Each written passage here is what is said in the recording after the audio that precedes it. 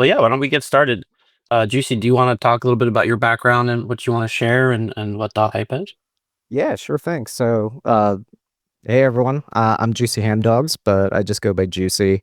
And a little bit about my background, like before dotHYPE, kind of spent a lot of time working essentially at the intersection of competitive intelligence, doing research on emerging technologies like AI and blockchain, mostly for Fortune 50 companies who are trying to figure out how to navigate that space with clarity and precision. So a lot of it was basically trying to explain to, you know, top five tech company that this garage band outfit building some novel tech isn't going to invalidate everything that they've done in the past couple of years. So background kind of really cut my teeth in the big four management consulting world where really my responsibility was translating complex technical shifts into like actionable strategy that people can act on. So it's like through that lens that I kind of bring the systems thinking, structured problem solving, and stakeholder alignment to dotHYPE. And, kind of with that experience, part of it is really informed by my background also in crypto. Like I've been around long enough to have read the Bitcoin white paper in high school through a friend who, architected a lot of the products over at Apple today. So was blessed to have that sort of experience early on. Um, really cry a lot thinking about the laptop that I first used the Bitcoin faucet on. So, have a lot of war stories in that realm.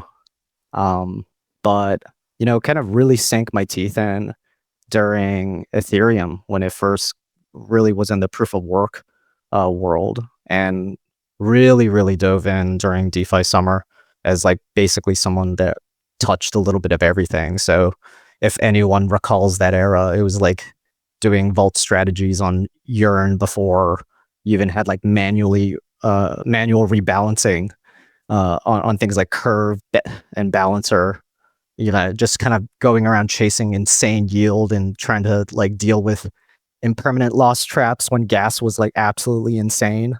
And, watching things like Iron Finance collapse in front of you, or you had like stable coins that would just crater 95% overnight. So, have a lot of thick skin in the game of seeing everything from that experience.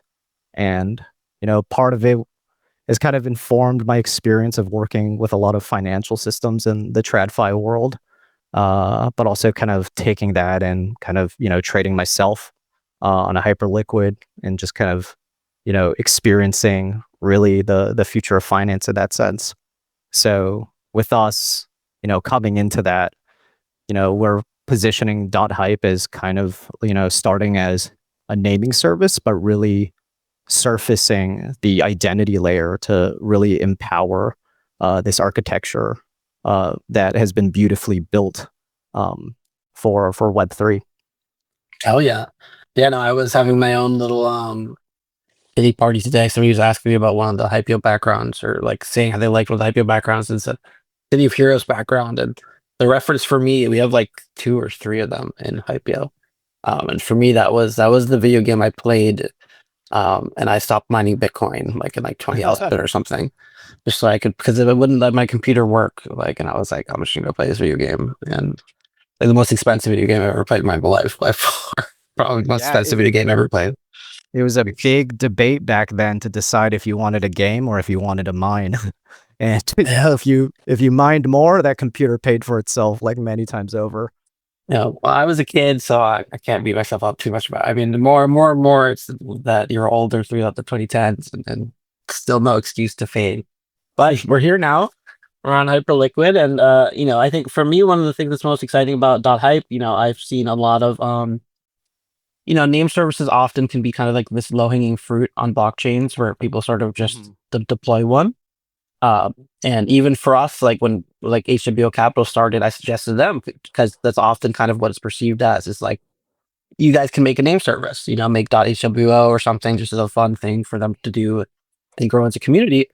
And then you came to us with this dotHYPE idea some months ago, and it had a much different energy around it and idea around it. Obviously, there was some communal vibe against the other incumbents in the space that do name services, and we won't get too much into that. But there was an opportunity there, and you guys had a real interesting angle here with dotHYPE, and I think it shows to everybody just from the branding alone, but also through the marketing and materials and what you've been talking about dotHYPE. So why don't we get into what turns you on about building dotHYPE, why people should be excited to mint their first names tomorrow, and what you see as the potential of this as the identity layer. Yeah, definitely. And shout out to our design team that has kind of made everything possible. There are a lot of the folks that have empowered like things on that you're probably really familiar with, like PlayStation and Rockstar Games, and all the way to like Spotify and Warner Music Group. So, shout out to Works who have done everything in that. Um, but yeah, just kind of like diving more into dotHYPE, I think it's helpful to set some context, especially as we talked about naming services in the Web3 space. And I think getting that history and context is useful, kind of making some comparisons on its Web2 equivalents. And because I think ultimately, like, when we think about blockchain technologies, Web3 as kind of like this next iteration of the internet, the context and standards that people feel comfortable with in Web2 are really important. Because I myself, and I think, a lot of the other people on the Hyperliquid team believe that, great product doesn't come from just like a brilliant idea. It comes from building out of necessity, because that doesn't really exist in a lot of the spaces that we see today. In particular, Web3 has made so many novel advancements with different like structured financial products in a very decentralized way. But one of the things that has felt really lackluster is like the identity and coordination aspect of it, where people have to build a lot of bespoke things and kind of rely on siloed architecture to kind of make things work. And as a result, you kind of leave an experience where people are oftentimes comparing it to their Web2 counterparts.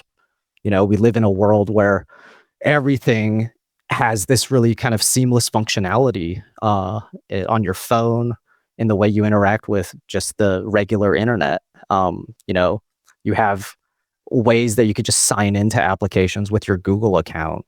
You can send money through Venmo, where the onboarding process is like super familiar with your traditional banking systems. And, on a collaboration level, you have ways to join community through single sign-on services that, kind of in a way have a portable aspect of identity that come with it. But to us, like, that simplicity really is more of a sleight of hand, because identity at the end of the day in Web2 is really owned by these platforms. Your Gmail isn't yours. The Twitter that we're talking about right now, it could be revoked any given moment if Elon doesn't like what we're talking about, right? Absolutely. So it's almost kind of like a renting mechanic, where, they think about it as Web2 works like a hotel, where you don't own the keys, you're borrowing and renting your room.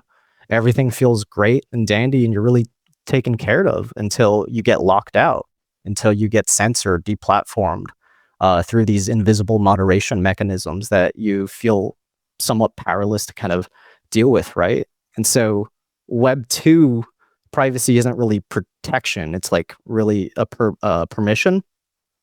And I think a lot of like on the research side of things, when we think about like the history of like cryptography, but just kind of the advents that ENS and Ethereum had originally put forth of trying to kind of blockchain essentially everything, it kind of flips that power dynamic more and leaves you with a toolbox to deal with those things instead of kind of renting a room. you know so to kind of lay it all on the ground, Web3 gave us the ability to have sovereign keys where you control your assets, your own credentials. But one of the things that has been really lackluster is it took that abstraction layer that Web2 has been really brilliant at doing. So instead of having usernames, emails, you have like, these hexadecimal addresses, you have QR codes. Instead of like really seamless onboarding flows, you have Etherscan, and you have to deal with all of the complexity inside. Everything is super raw and kind of unfiltered. And as a result, you don't really have this continuity or memory to those things. So if Web 2 is a hotel, Web3 is sort of like a tent. Like you are sovereign, you're portable, but you're alone in the woods, and every transaction feels like a one-off engagement. Every protocol or ecosystem that you dive into, you're kind of like building everything back up. It's kind of like, trying to navigate Google Maps with coordinates instead of like, street addresses or things like that, right? So it's composability, but the legibility isn't there. And I think some of the things that we've done on the research side is that, from the customer segmentation perspective, is that this friction really fragments any ecosystem into really two major buckets. Like you have one, the crypto natives that are the brave and willing to learn. It's hype. Like we think about like Hyper EVM when it came out just a few months ago, all of us were trying to figure out big block, small block, and it was rough, right? Like we were all excited. It felt like Ethereum all over again, but the whole time we were trying to figure out if this tiny Hypercats mint was going to rug us all. But it's the ecosystems and how they exist are really kind of built for those that want to venture into those spaces. So using that camping analogy, it's like people that are comfortable backpacking, overlanding into kind of unknown territory, that are really kind of risk averse. And to everyone else, we look completely insane, especially with the comforts that we have gotten used to and reliant on, right? And so like that second bucket is kind of where everyone else sort of exists. It's the people that are skeptical, people that are unwilling to trust it, because at the end of the day, like all of crypto has like a really tough reputation to overcome, given its 15 years of existence. And so part of that, even when we have all these tremendous advancements in breaking down those barriers, it's really not enough, right? And so we have kind of taken that understanding from the user friction perspective and thought about, as a naming service, what were those opportunities that you couldn't really ever really get to because there wasn't that coordination or participation within the ecosystem itself, right? And I think that's the really exciting part of Hyperliquid, that it's moving so quickly, but the decisions and the execution is just like absolutely, like almost nearly flawless in many ways.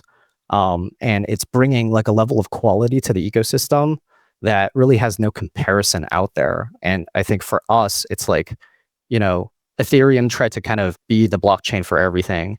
Hyperliquid is sort of positioning itself as like the backbone infrastructure for, the future of decentralized finance. And, for us as dotHYPE, it's like, how do we really enable the identity layer in that space through naming service product that kind of expands into kind of broader infrastructure so that it can leverage a lot of these opportunities and potentially unlock certain types of economic models that haven't really been practical in other ecosystems before. So that's sort of like the high level rundown of it all. Yeah, no, awesome. I think identity and what you can do with it, we're just kind of scratching the surface. It's something that is super interesting to me. Like I see our project as in a way, identity project. Obviously, like it's the image identity, and then names are like the username identity. And there's so much upside here. I think, as you can see with what we've done with Hypio, and like just identity is a powerful thing online, especially in crypto, because it's just due to the nature of the space, as you've been describing. There's so much more you can do with it, and you can develop multiple on-chain identities. We still haven't seen the resurgence of that ENS excitement where people were like, buying like Amazon.eth for hundreds of thousands of dollars. Yeah. But there was a reason people were so excited about it, because of the domain name fervor that existed when that started. And I think people have lost a lot of their excitement for these crypto primitives, but Hyperliquid, thankfully, has reignited a lot of because the potential of what it is and what it's building.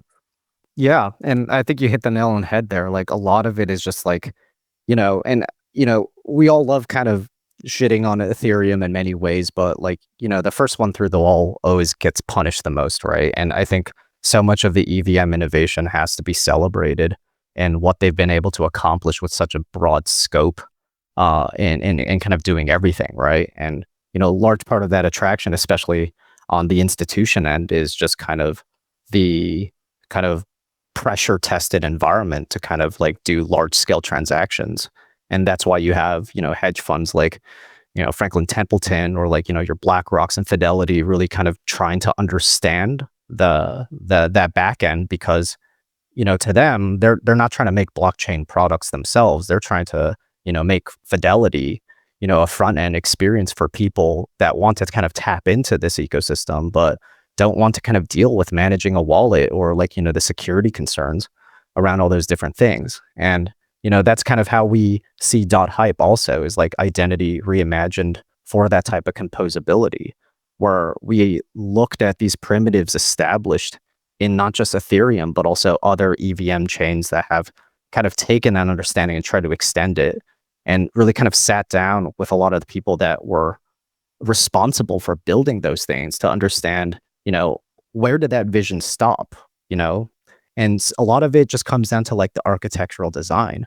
And going back to like that ENS craze and even like the NFT era of things, a lot of things that people forget was just that, when TPS was really like a killer feature, like gas prices and being kind of locked out was really what drove a lot of that price action, right? And now that Ethereum is kind of proof of stake, and with L2s really taking so much of the load in that respect, it has really kind of changed a lot of the economic dynamics around it. And I think part of it, the mission with ENS is still very much there, but it's challenging for them because there's just so much more that have to deal with from a technical debt perspective, that I think a lot of people have gone elsewhere to think about those things. And that's kind of the same way we think about for Hyperliquid too, is that like they've done things so well from the beginning, but they have a very specific focus on addressing a singular problem,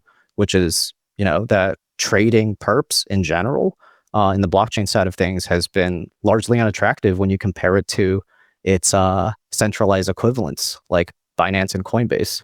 And so for us, it's the same thing of approaching naming and identity. It's understanding that these things are necessities that we have to build killer application for, not just in theory, but things that people want to use every day, that, protocols can integrate a lot of these kind of toolkits that we're developing, so that they can focus building what they really want to be building. And, I think a lot of the unlock potential to that, not just for people that are already participating in the space, but for people that have yet to really kind of take their step in, will find it far more attractive from a UX perspective. Absolutely. Absolutely. So let's talk about tomorrow. What's happening tomorrow? Who's able to mint the name? What do we start tomorrow?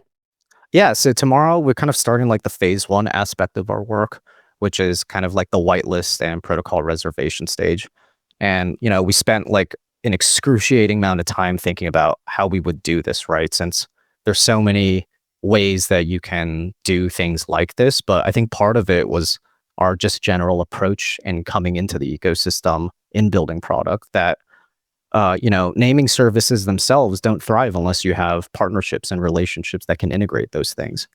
And so a really important component of that was for us to not just reach out to, the major players in the space and say, hey, we're building this, but to really start the conversation by cultivating a relationship with them to show that like, hey, we're building this naming service, but on top of that, we're building tooling that's going to make your UX experience, not only for you as a team, but also for your end users to be far more exciting. And in addition to that, when we enable this identity aspect as a later scope of work, you will be able to kind of look at your product stack and envision different ways of building things for people. And so like a good example of it I think about is just in the DeFi space, right? Like, uh, generally speaking, people have to look at the user base as like a static field of users where you don't really have much information to kind of go off of unless you build that analytics stack yourself. And, part of it is that you have to build your risk mechanisms to accommodate that vagueness, right?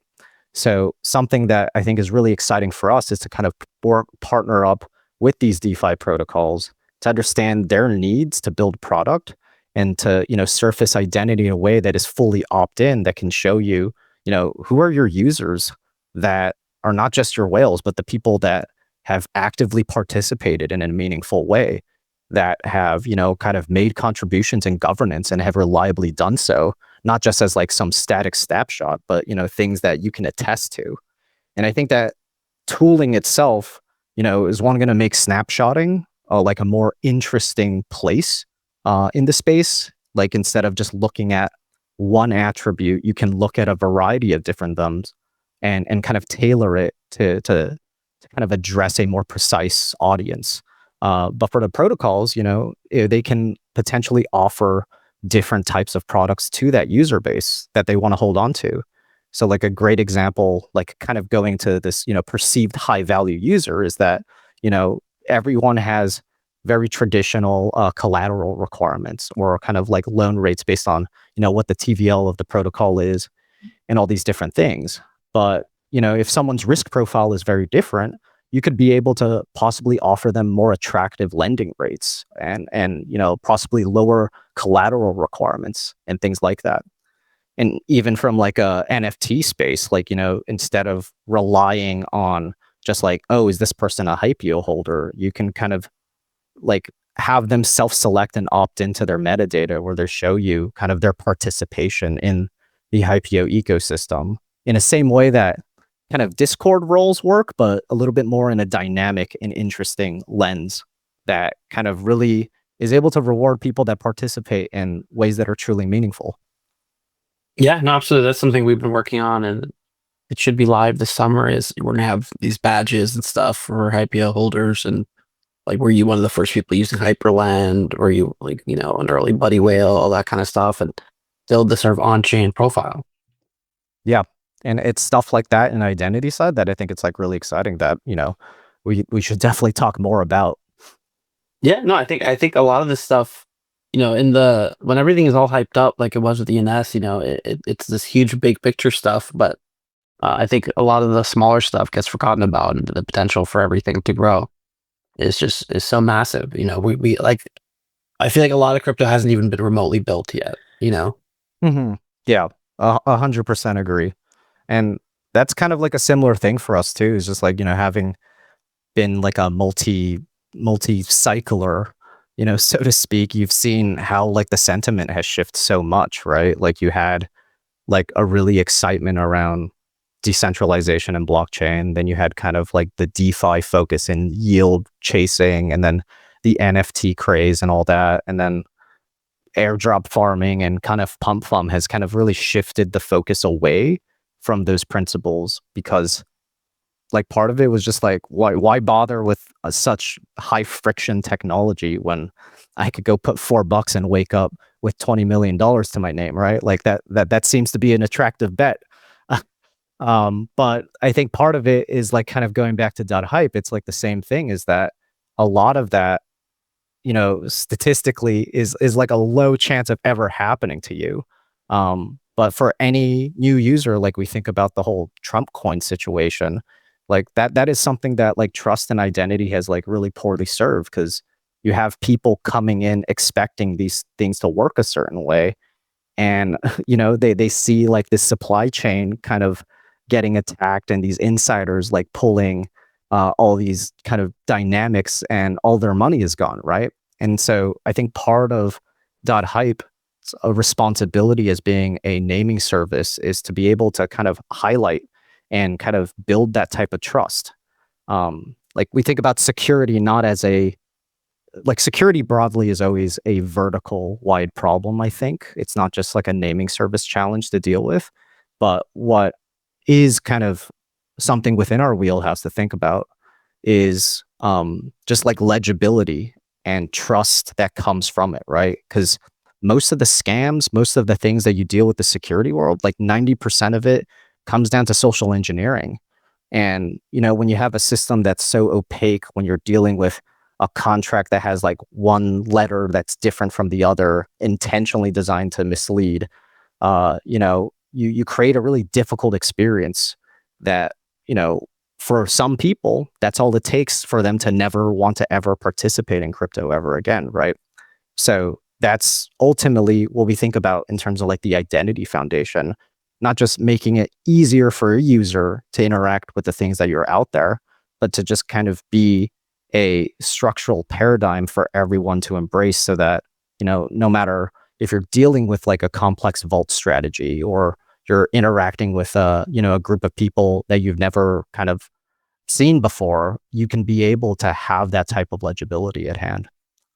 No, absolutely. I think that's a great point. Like, everything on the blockchain has an address, but it's not that legible, especially for, the next wave of people that we want to be on here. It's like learning an entirely new language, which it effectively is. Right. Solidity or whatever you want it to be. And I think that's a great point. Improving the legibility of everything is unlocks this next wave of people. Yeah, and it's I mean, even that, like even people that are crypto native, like I still struggle reading some certain aspects of Etherscan, right? So it's an experience that even if you have the willingness to learn, um, it's overall not something that can be easily replicated because everyone's time is limited. And I think that's kind of where technology generally struggles. It's not the best thing that's built. It's the thing that makes everyone's life easier that really succeeds. Awesome. So tomorrow we start with the whitelist reservation phase. Let me hoist it onto space so people know Mhm. at 11 a.m. Eastern. One per wallet, and the pricing is for 5 characters $12, for a 4 character name is 24, and for three it's 40, which is a lot less than it is for like the leader in the space ENS, right? And then renewals are Yeah. 30% off, right? Mhm. So, um, do you want to elaborate on the pricing structure or anything? Like renewals are yearly renewals, we assume. Yep, that's right. And like a lot of this kind of came down to like how we thought about price modeling and things like that.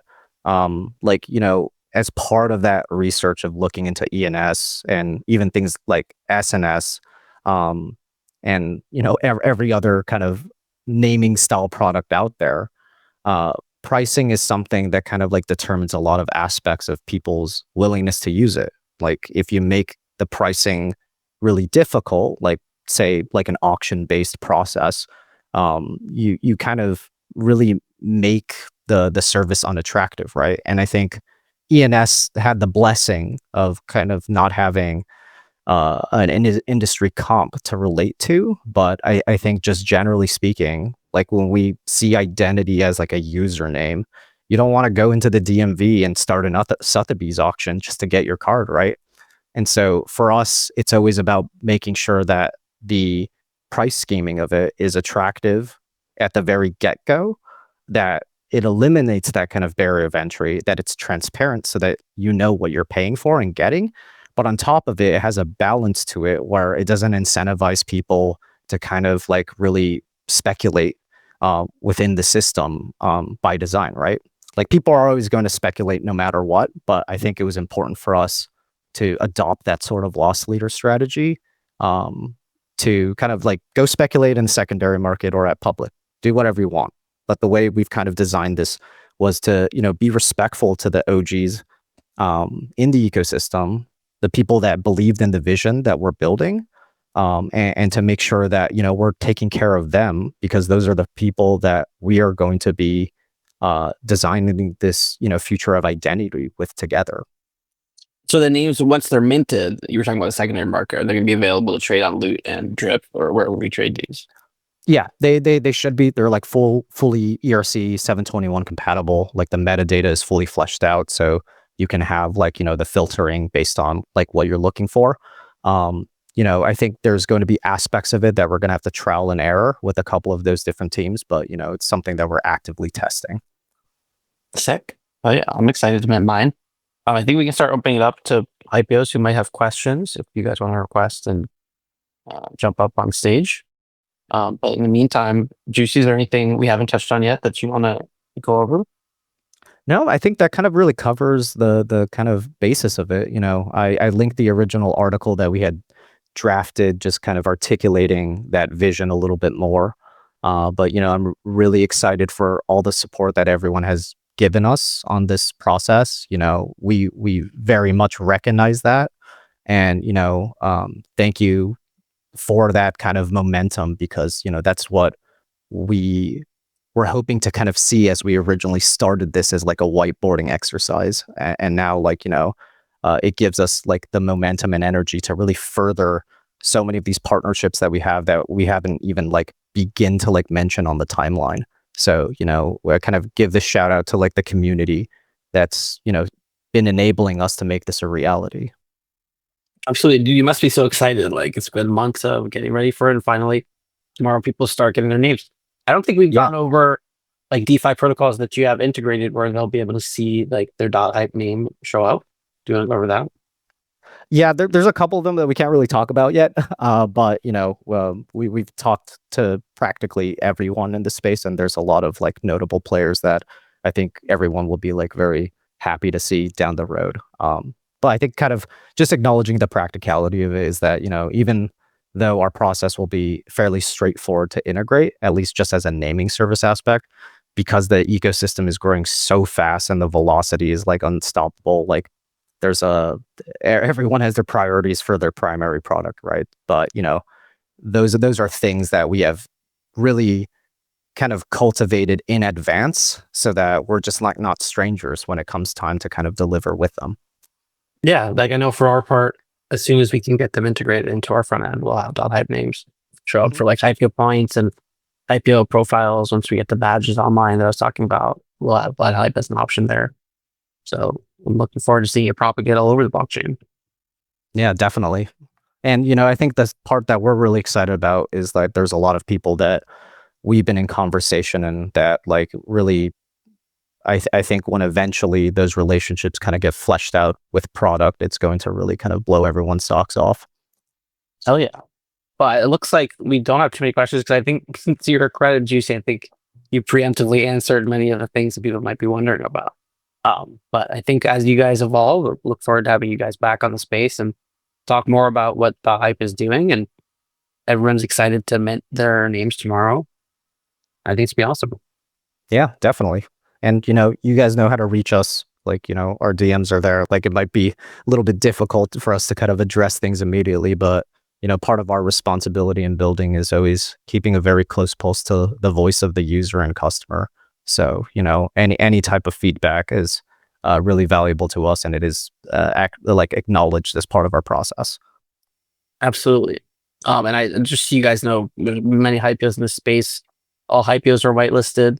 There's also a lot of other protocols, and I think if you're staked to Hyperco, if you are in top user like Hyperbeat, Hyperswap, Drip, if you're top buddy holder like Capall, Pip NFT holder, Audi NFT, Hypers, Hypercardo, there's quite a few. So even if you aren't a Hypio, you probably are whitelisted tomorrow. Yep. And again, I emphasize like because like a lot of people have been kind of like feeling a little bummed that they weren't necessarily in there. Like, ultimately, like it's not like an NFT with limited supply, right? Like this is something that is about getting your name out there. So, I think like people will be able to always get what they want. It's limited to one. Like it's not like just because you're Hypio, you can reserve every single name tomorrow. Right, I mean, exactly. like you can only get one. So yeah. Yeah, and that was intentional. Like we know that squatting is like a really big practice when it comes to, we're no strangers to how naming services kind of work in that way. So it was us being mindful to kind of limit that, especially as we kind of roll out. Because sniping is a big deal, right? And I think part of that design is how do we kind of mitigate that from not just an operation standpoint, but also from an architecture perspective. Absolutely. So yeah, just to reiterate for everybody, whitelist tomorrow with a slight discount, and then free for all on Monday for everybody with no limit. So make sure to grab your favorite name tomorrow, and then check it out on Monday. Thank you guys, dotHype, Juicy, and also Alex. I see Alex here. I know you guys have been working hard on this. I'm looking forward to see the launch, and thank you guys for coming on the space. Yeah, likewise, always a pleasure.